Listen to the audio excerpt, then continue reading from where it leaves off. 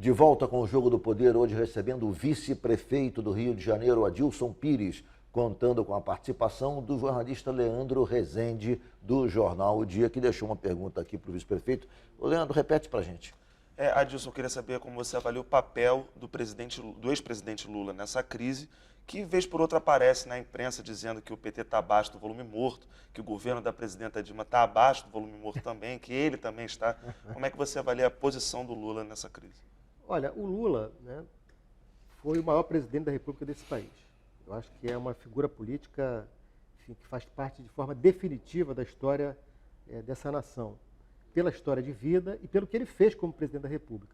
E ele tem uma forma de se comunicar com o povo brasileiro que é uma forma muito direta, muito, enfim, eu acho que é incomparável como ele consegue, essa expressão dele de que o PT, a presidenta, ele próprio estão no volume morto, abaixo do volume morto, né, fazendo essa comparação com essa crise hídrica de São Paulo, é a expressão da realidade, né?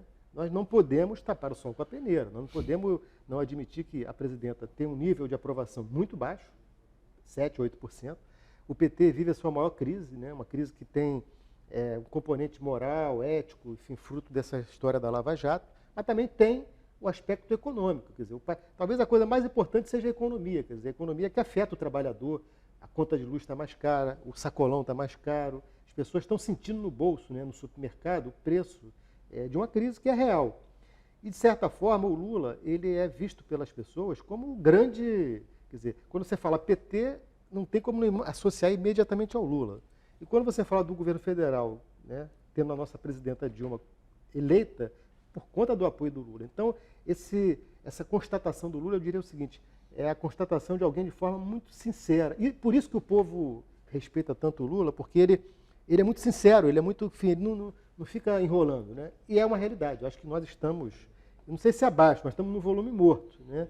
E a gente não pode ficar esperando que caia do céu a solução, a chuva. Nós temos que trabalhar para reverter o quadro. Adilson, o que você acha da crítica que se faz à presidente Dilma, de que ela não incorpora, não representa os valores do PT? Ela é mais uma brisolista, uma pedetista, ou seja, ela não é um quadro partidário na sua essência. Pô. Ela não traduz o pensamento do PT. Você concorda com isso?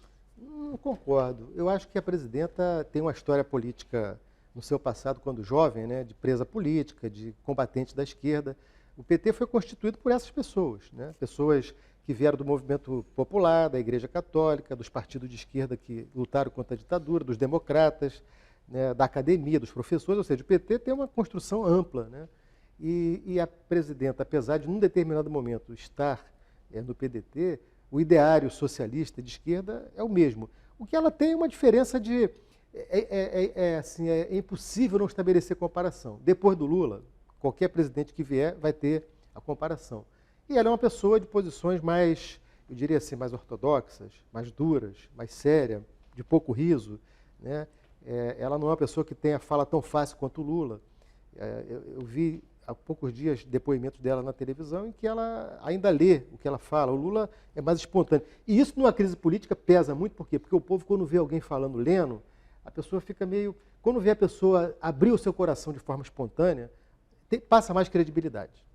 Como é que você vê, ao lado disso, da crise, esse movimento das oposições tentando chegar ao poder pelo atalho do impeachment, pelo atalho da deposição da presidente Dilma? Você acha que, em dado momento, me parece, que as pessoas confundem o nosso regime? Vivíamos num regime presidencialista, onde impopularidade não é crime.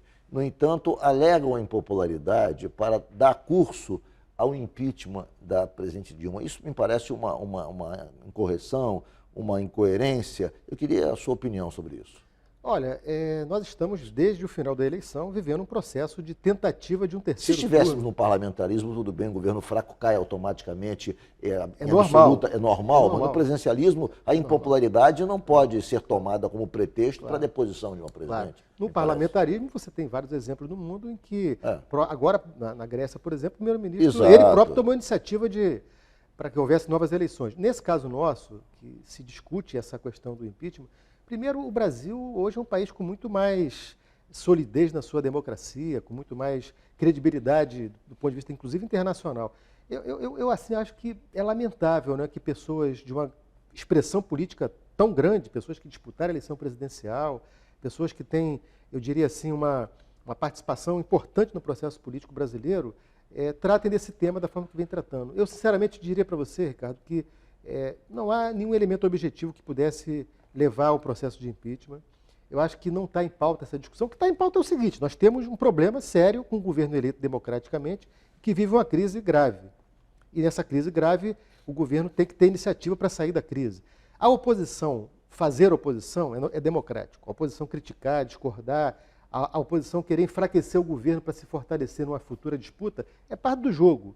Agora, quando se traz a tese do impeachment, associada a posições superconservadoras, a tese do impeachment acaba sendo associada a pessoas que defendem a volta da ditadura militar, associa-se a pessoas de posições de direita, ou seja, você junta pessoas que eu até reputo como democratas, né? Tem muita gente nesse processo, com uma história de democrata, se aliando a posições superconservadoras por uma questão de momento, por uma questão de, eu diria assim, até oportunista, né? Eu acho que é uma coisa meio oportunista você aproveitar esse momento para defender uma tese tão, enfim, negativa. O fiel da balança nesse processo, no Congresso, me parece que será novamente o PMDB, até porque o PMDB comanda a Câmara, o deputado Eduardo Cunha, aqui do Rio, presidente da Câmara. Ou seja, como é que você analisa essa relação do PT com o PMDB?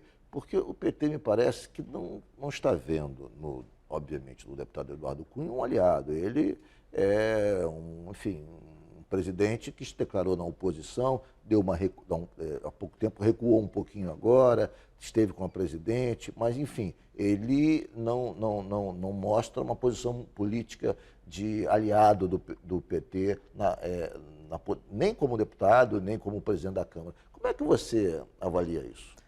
Olha, eu sempre nos debates nacionais que faço com o partido, eu sou do Diretório Nacional do PT, eu sempre digo que nós somos meio suspeitos aqui no Rio de Janeiro, porque aqui nós construímos uma relação muito sólida com o PMDB, uma relação de parceria, né? Eu sou vice-prefeito numa chapa com o PMDB, com o prefeito Eduardo Paes. Nós tivemos, durante mais de 7 anos, no governo do PMDB aqui no estado do Rio. Temos com o governador Pezão a melhor relação. O PT aqui do estado vem retomando o diálogo com o presidente do PMDB aqui, o deputado Jorge Pisciani. Ou seja, há uma aproximação grande do PT aqui do Rio de Janeiro. Há outros estados que essa relação é muito conflituosa, mas no Rio de Janeiro é muito positivo. E esse cenário nacional, eu diria que eu tenho percebido, quer dizer, das lideranças nacionais do PMDB, o esforço de, vamos dizer assim, de assumir a condição que o PMDB tem hoje de ser governo. O PMDB tem um vice-presidente, tem 6 ministérios, o PMDB é chamado o tempo todo para esse diálogo, o PMDB tem uma história, né, na democracia brasileira construída aí ao longo dessas várias décadas. Portanto, Ricardo, veja bem, o que eu imagino da relação nossa com o presidente da Câmara, o Eduardo Cunha, o deputado Eduardo Cunha foi eleito numa disputa contra o PT. O PT tinha um candidato. Isso deixou marcas naquela disputa.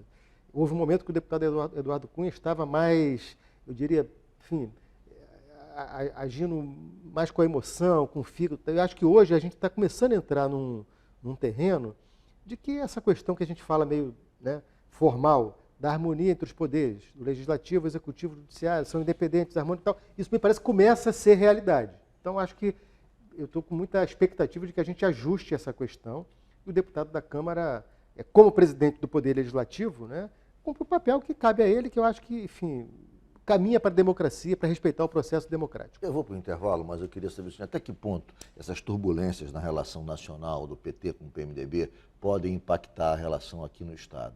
Pode, de certa maneira, trazer prejuízo à relação do PT com o PMDB e às alianças nas próximas campanhas. Voltamos em 1 minuto.